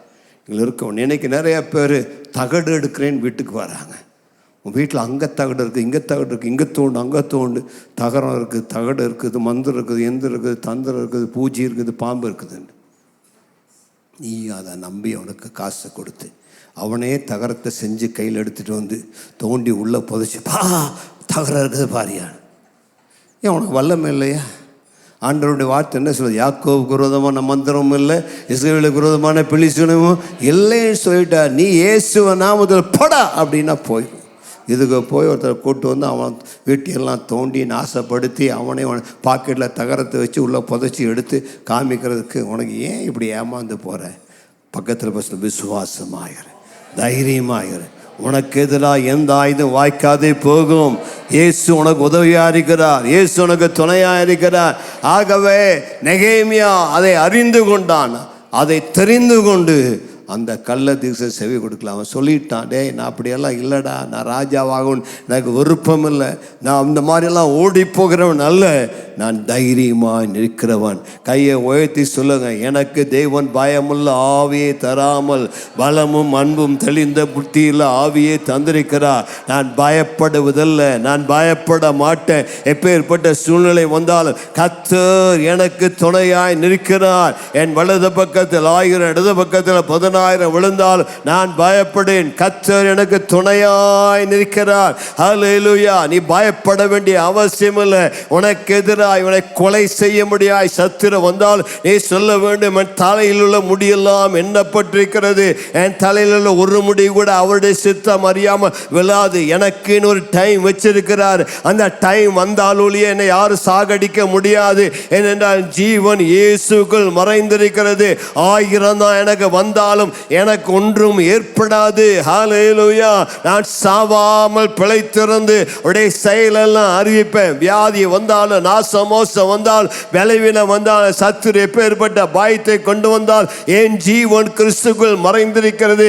எனக்கு என்ன ஒரு நாளை குறித்திருக்கிறார், நேரத்தை குறித்திருக்கிறார். அது வரைக்கும் நான் இம்மார்டல். என்னை குறித்த தேவனுடைய திட்டங்கள் நிறைவேறும் வரை எந்த சத்துருனை தொட முடியாது, எந்த மனிதன் என்னை தொட முடியாது, தீங்கினை அணுகுவதில்லை. கர்த்தர் எனக்கு துணையாய் இருக்கிறார். ஹல்லேலூயா. எதற்காக சாத்தான் இதெல்லாம் அவனுக்கு கொண்டு வந்தான்?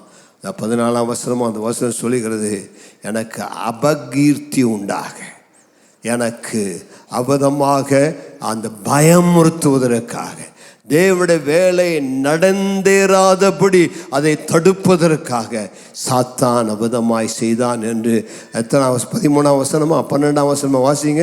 நான் பயந்து அப்படி செய்து, நான் பயந்து அப்படி செய்து பாவம் கட்டிக்கொள்வதற்கு, என்னை நிந்திக்கத்தக்க அபகீர்த்திக்கு முகாந்திரம் உண்டாக அவனுக்கு கைகூலி கொடுத்தாங்க. அவனுக்கு மட்டும் இல்ல, இன்னொரு அம்மா, இன்னொரு தீர்க்கதரிசி அம்மாவையும் சேர்த்துட்டாங்க. அம்மா தீர்க்கதரிசி யாரு? நொவதியாங்கிற அம்மாவையும் சேர்த்துட்டாங்க, அவளும் சேர்ந்துட்டாங்க. எல்லாம் கைகோத்து பொய்யா தீர்க்கதரிசி சொல்றாங்க. காரணம், இந்த காரியத்தை அபகீர்த்தி உண்டாக்க, வேலையை தடுக்க, பயமுறுத்த, அவப்பெயரை உண்டாக்க, இதற்கு தான் செஞ்சான். மீண்டும் நெகேமியா தந்தி போல ஜெபிக்கிற, ஆண்டவரே எனக்கு விரோதமாக அவங்க செய்கிறதெல்லாம் நினைத்துள்ளும் அப்படின்னு சொல்லி அவன் ஜெபம் பண்ணுகிறான். கர்த்தர் அவனை காப்பாற்றுகிறார். உங்களுக்கு விரோதமாய் சத்துரு பயமுறுத்த பார்ப்பான். பலவிதமான பொய்யான வார்த்தைகளை சொல்லுவான், பொய் தீர்க்க சொல்லுவான். பக்கத்தில் இருக்க கை கொடுத்து சொல்லுவான், தைரியமாயிரு, துணிச்சலாரு, கலங்காத, கவலைப்படாத, கர்த்தர் உனக்கு துணையாயிருக்கிறார், பயப்படாத. ஏமான். கடைசியாக 4ஆவதாக வாசிங்க, அடுத்த 2 வசனம். அந்த நாட்களில் யூதாவில் உள்ள பெரிய மனிதரிடத்திலிருந்து தொபியாவுக்கு போகிறதும் தொபியாவினிடத்திலிருந்து அவர்களுக்கு வருகிறதுமான கடிதங்கள் அநேகமாயிருந்தது. அவன் ஆராகின் குமாரனாகிய செகனியாவுக்கு மருமகனாயிருந்ததும் அல்லாமல் அவன் குமாரனாகிய யோகனான் பெரேகியாவின் குமாரனாகிய மெசுல்லாவின் குமாரத்தியை விவாகம் பண்ணியிருந்தபடியினாலும் யூதாவில் அநேகர் அவனுக்கு ஆணையிட்டு கொடுத்திருந்தார்கள். அவன் செய்யும் நன்மைகளையும் அவர்கள் எனக்கு முன்பாக விவரித்து என் வார்த்தைகளை அவனுக்கு கொண்டு போவார்கள். தொபியா எனக்கு பயமுண்டாக கடிதங்களை அனுப்புவான். தொபியா பார்க்கிறோம். இதுவரைக்கும் சன்பல்லாத்தை பார்த்தோம். தொபியா ஒரு பாதி யூதன்.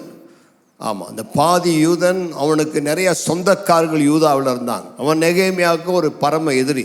சன்பல்லாத்தோடு கூட அவன் கைகோத்துட்டு நெகேமியாவுக்கு எதிராக அவன் அலங்கத்தை கட்டுவிடாபடி தடை செய்தான். சன்பல்லா தொபியான்னு பார்க்கணும். ஆனால் அந்த தொபியா யூதனாக இருந்தும் அவனுடைய பிள்ளைகளுக்கு உதவி செய்யலை. அவன் பாதி யூதன், அவனுடைய சொந்தங்கள்லாம் மருமகள் எல்லாமே யூத ஜாதியில் இருந்தாங்க, இந்த சபையில் இருந்தாங்க. இஸ்ரவேல் சபையில் இருந்தாங்க.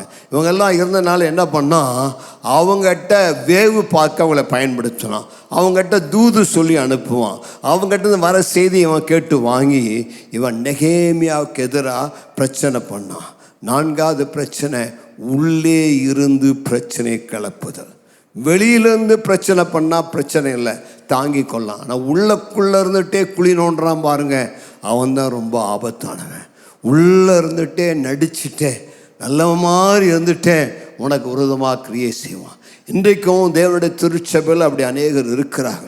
சபைக்குள் இருந்து சபைக்கு விரோதமாய் பேசியவர்கள், சபைக்குள் இருந்து சபையை குறித்து தலைவலை குறித்து முறுமுறுக்கிறவர்கள், சபைக்குள் இருந்து கொண்டு சபையை குறித்து விரோதமாய் பேசி சபையை உடைக்க கலைக்க பார்க்கிறவர்கள், அவர்கள் மிக ஆபத்தானவர்கள். வெளியில் பார்த்தா நல்லவளை போல நடிப்பாங்க, பாஸ்டரை பார்த்து அப்படி கையெடுத்து கும்பிட்டு தேனொழுக பேசுவாங்க, முகஸ்துதி பண்ணுவாங்க, கூலை கும்பிடு போடுவாங்க. பாஸ்டர் உங்களோடு தான் இருக்கிறோம், நீங்கள் செய்ததெல்லாம் நல்லா செய்யுங்க, கர்த்தர் உங்களோடு இருப்பார்பாங்க. பின்னாடி வேண்டாத வார்த்தைகளை பேசி அநேகருடைய உள்ளங்களை கெடுப்பாங்க.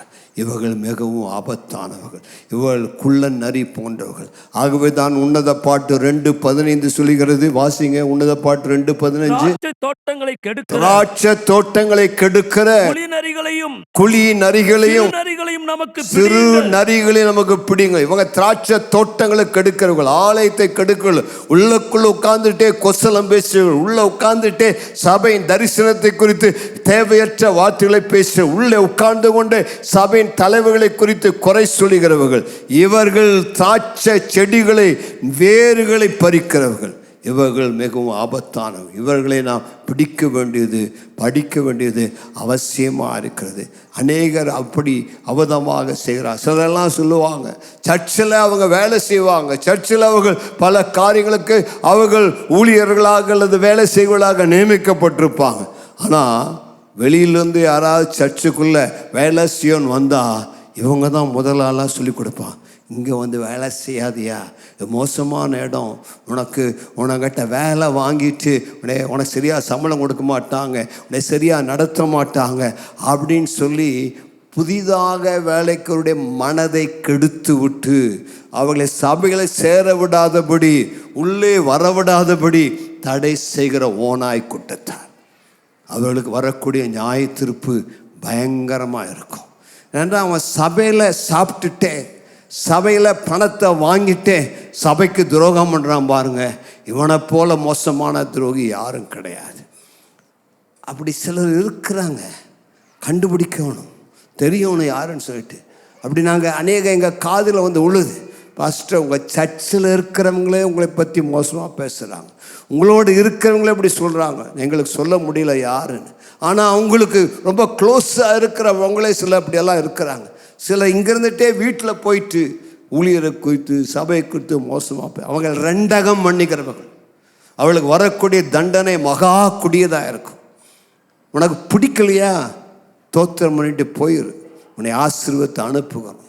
உள்ளே உட்காந்துட்டே குழி நோண்டாத. உனக்கு ஆண்டவருடைய ஊழியம் பிடிக்கல, ஊழியர் பிடிக்கல, பாஸ்டர் பிடிக்கல, சபை பிடிக்கலன்னா தைரியமாக நீ தாராளமாக கர்த்தருடைய நடத்தபடி போகலாம், யாரும் தடுப்பதில்லை. ஆனால் ஆண்டவருடைய ஆசீர்வாதத்துக்குள் உட்கார்ந்து கொண்டே தேவனால் அபிஷேகம் பண்ணப்பட்டுள்ள குறை பேசாதே, அது ஆபத்து. நெகேமியா காலத்தில் அப்படி சிலர் இருந்தாங்க. நெகேமியாவுக்கு சல்யூட் அடித்தாங்க, நெகேமியாவுடைய தரிசனத்தோடு நிற்கிறோன்னு சொன்னாங்க. ஆனால் அவர்கள் ரகசியமாக தொபியாவுக்கு ஆள் அனுப்பி, தொபியா நெகேமியா அப்படியெல்லாம் பண்ணுறாரு, இப்படி செய்கிறான்னு சொல்லி எல்லாம் வெவு பார்த்தாங்க. நீ யாருக்கு வெவு பார்க்கிறாய், யாருக்கு விரோதமாய் பேசுகிறாய், யாருக்கெல்லாம் பற்றி சொல்லி அனுப்புகிறாய், அது தவறான சுபாவம். அதை கர்த்தர் தண்டிப்பார். நெகேமியா அதை அறிந்து கொண்டு அதற்காகவும் தேவ சமூகத்தில் மன்றாடி ஜெபிக்கிறான். அவன் நம்முடைய உள்ளங்களை ஆராய்ந்து பார்க்க வேண்டும். அந்த யெரொபெயாம் ராஜாவினிடத்தில் அவனிடத்தில் கேட்கிறான், யோனதாபிடத்தில், ஏன் இருதயம் உன்னுடைய இருதயத்தோடு செம்மையாக இருக்கிறது போல உன்னுடைய இருதயம் என்னுடைய இருதயத்தோடு செம்மையாக இருக்கிறதா? புரிஞ்சிட்டிங்களா? யோனதா அந்த ரெகோபெயாம் அவன் சொல்கிறான், எனக்கு இருக்கிற வைராக்கியத்தை வந்து பாரு. யோனதா போகிறான், ஏப்பா ஏன் இருதயம் உன்னுடைய இருதயத்தோடு செம்மையாக இருக்கிற மாதிரி உன் இருதயம் என்னோடு கூட ஒன்றா இருக்குதா? அப்படின்னா என்னோட ரதத்தில் ஏறிக்கொள், எனக்கு இருக்கிற வைராக்கியத்தை பார் என்று சொல்லுகிறான். கையை உயர்த்தி ஒரு ஹல்லேலூயா சொல்லலாமா? கையை உயர்த்தி சொல்லுங்க, ஆண்டவரே எங்கள் இருதயம் ஊழியக்காரருடைய இருதயத்தோடு கூட செம்மையாக இருப்பதாக, ஒன்றித்து இருப்பதாக. வேற எண்ணங்கள் வேண்டாம், வேற வார்த்தைகள் வேண்டாம். நாங்கள் ஒத்த இருதயம் உள்ளவர்களாய், ஒன்றித்த ஆவியுடையவர்களாய் உடைய ஊழியத்தை கட்டி எழுப்ப கிருபை தருகிறார். கடைசியா 2 வசனத்தை வாசித்து முடிக்க போறோம். வாசிங்க 15-16. அப்படியே அலங்கமானது 52 நாளைக்குள்ளே கட்டப்பட்டு, அப்படியே அலங்கமானது 52 நாளைக்குள்ளே கட்டப்பட்டு எழில் மாதம் 25ஆம் தேதியிலே முடிந்தது. எழில் மாதம்னா அக்டோபர் 25, அக்டோபர் 2ஆம் தேதி அந்த வேலை முடிந்தது. எங்கள் பகைஞர் எல்லாரும் அதை கேட்டபோது, எங்கள் பகைஞர் எல்லாரும் அதை கேட்ட பொழுது, எங்கள் சுற்றுப்புறத்தாராகிய புறஜாதியான அனைவரும் கண்டபோதும், எங்கள் சுற்றுப்புறத்தாராகிய புறஜாதியார் அநேகர் அதை கண்டபோது மிகவும் முனையற்று போய், இந்த கிரியை எங்கள் தேவனால் கைகூடி வந்தது என்று அறிந்தார்கள். ஒரு ஆமென் சொல்லலாமா? எழுந்து நிற்போமா? கடைசியாக உங்களுக்கு நான் சொல்லக்கூடிய காரியம், உங்களுடைய பிரயாசங்கள் வீண் போகாது. நீங்களுடைய உழைப்புகளுக்கு கர்த்தர் பலன் தர வல்லவராக இருக்கிறார். நெகேமியாவுக்கு இந்த 4 விதமான எதிர்ப்புகள், தடைகள் வந்தாலும் நெகேமியா விட்டு விடவில்லை. விடாமுயற்சியோடு அவன் ஆலயத்தை அலங்கத்தை கட்டினான். அவனுடைய வார்த்தை சொல்லுகிறது, நெகேமியா 52 நாளுக்குள் அலங்கத்தை கட்டி முடித்தான். கைகளை தட்டி கர்த்தரை மயப்படுத்தலாமா? இன்றைக்கு உங்களுக்கு வரக்கூடிய தீர்க்கமான வார்த்தை என்ன? 52 நாளைக்குள்ள உங்களுடைய பிரச்சனைகளுக்கு கர்த்தர் ஒரு தீர்வை தரப்போகிறார். 52 நாளுக்குள்ள பெரிய ஜெயத்தை நீங்கள் பார்க்க போகிறீர்கள். உங்களுக்கு எதிராக சத்துரு எப்பேற்பட்ட பிரச்சனை தடை கொண்டு வந்தால், வேலையில், பிசினஸ்ல, குடும்பத்தில், நான் உங்களுக்கு இன்றைக்கு தேவனுடைய வார்த்தையை முன்னிட்டு சொல்லுகிறேன். இன்னும் 52 நாளுக்குள் உங்கள் கையை கொண்டு வேலையை ஆரம்பித்த தேவன் உங்கள் கைகளை கொண்டு அதை செய்து முடிக்க வல்ல இருக்கிறார். விசுவாசத்தோடு நல்ல கரங்களை தட்டி ஆண்டுக்கு நன்றி சொல்லுங்க. எந்த காரியமா இருந்தாலும், எந்த சூழ்நிலையா இருந்தாலும், உங்க குடும்பம், உங்க பிசினஸ், உங்க வீடு கட்டப்படாம தடைப்பட்டிருந்தால், எந்த சூழ்நிலை என்ன தடைப்பட்டிருந்தால், என்ன யுத்தங்கள் நீங்கள் சந்தித்திருந்தால், என்ன போராட்டங்கள், என்ன தடைகள், என்ன எதிர்ப்பு நீங்கள் சந்தித்திருந்தால், இன்றைக்கு இந்த வசனத்தை பிடித்துக் கொள்ளுங்கள். நெகேமியா 6:15 படி சொல்லுங்க, இன்னும் 52 நாளுக்குள் நெகேமியாவுக்கு நீ அதை செய்யக்கூடாது, எனக்கும் செய்ய வல்லவராண்டவரே. 52 நாளைக்குள்ள நெகேமியாவுக்கு அத்தனை தடை, அத்தனை எதிர்ப்பு, அத்தனை பிரச்சனை, அத்தனை தொபியா, அத்தனை சன்பலாத், அத்தனை கேஷ் இருந்தாலும், அவர்கள் அவ்வளவாய் பயங்கரமாய் எதிர்த்தால், அந்த எதிர்ப்புகள் மத்தியிலே அந்த அலங்கத்தை நீர் கட்டி முடிக்க நெகேமியாவுக்கு உதவி செய்ய கூடுமானால், எனக்கும் உதவி செய்ய வல்லவர். எனக்கு இருக்கிற பிரச்சனைகளிலே, எனக்கு இருக்கிற போராட்டத்தில், எனக்கு இருக்கிற சூழ்நிலைகளே நீர் எனக்கு ஜெயம் தர வல்லவர். இன்றைக்கு நான் உம்மை விசுவாசிக்கிறேன். நான் கர்த்தருடைய ஆலயத்திலிருந்து உனக்கு இதை விசுவாச பிரகடனமாய் செய்கிறேன், விசுவாச வார்த்தைகளாய் சொல்லுகிறேன். இன்றையிலிருந்து 52 நாளை எண்ணிக்கொள். ஜூன் மாதத்தில் உனக்கு ஒரு அற்புதத்தை கர்த்தர் செய்ய போகிறார். அடைபட்ட வழிகளை திறப்பார், அடைபட்ட வாசல்கள் திறக்கப்படும், வீடு கட்டப்படும். நீண்ட நாளா எதிர்பார்த்திருந்த காரியம் உனக்கு நடக்கும், தடைகள் மாறும். கர்த்தர் உனக்கு வழி இல்லாத இடத்துல வழிகளை திறப்பார். Something something is happening, something is happening. ஆவிக்குரிய மண்டலத்தில் ஏதோ ஒன்றை உனக்காய் கர்த்தர் செய்கிறார். நான் நம்புகிறேன். இன்னைக்கு தேவ தூதரை கட்டவிழ்த்து விடுகிறார். தேவ தூதர்கள் உனக்காய் அனுப்பப்படுகிறார்கள். தூதர்கள் இறங்கி வந்து உனக்காக நடக்க வேண்டிய காரியங்கள், இதுவரை தாமதப்பட்ட காரியங்கள், இதுவரை நிறைவேறாத காரியங்களை இன்றைக்கு தேவன் உனக்காக செய்ய ஆரம்பித்து விட்டார். உன் கையால் ஆரம்பித்த வேலை, உன் கையால் ஆரம்பித்த வேலை உன் கையாலேயே செய்து முடிப்பார். தேவன் ஆரம்பித்ததை பாதியில் நிறுத்த மாட்டார். தேவன் செய்ய நினைத்ததை பாதியில் விட்டுவிட மாட்டார். தேவன் எதை ஆரம்பித்தாரோ அதை செய்து முடிப்பார். அது முடிக்கும் வரை அவர் இளைப்பாறுவதில்லை. அதை முடிக்கும் வரை அவருடைய கைவிடுவதில்லை. அதை முடிக்கும் வரை அவருடைய விட்டு விலகுவதில்லை. யாக்கோபே, உனக்கு தேவன் சொன்னதை நிறைவேற்று வரை, ஜேக்கப், உனக்கு கர்த்தர் சொன்னதை நிறைவேற்று வரை. அநேக தீர்க்கமான வார்த்தைகள் வந்து கொண்டிருக்கிறது. பெற்றுக்கொள் விசுவாசத்தோடு, பெற்றுக்கொள் விசுவாசத்தோடு. உனக்காக கர்த்தர் செய்வார். நெகேமியா சொன்னான், என் சத்துருக்கள் முனை விழுந்து போனார்கள். உன் சத்துருக்கள், உனக்கு விரோதமாய் போராடினவர்கள், உனக்கு விரோதமாய் எழுப்பினவர்கள், அவள் உன் குடும்பத்தாராக இருந்தாலும், உன் அயலகத்தாராக இருந்தாலும், கோர்ட் கேஸுகளாக இருந்தாலும், அது முனை விழுந்து போகும். அது முனை விழுந்து போகும். அவர்கள் கீழே விழுந்து போவார்கள்.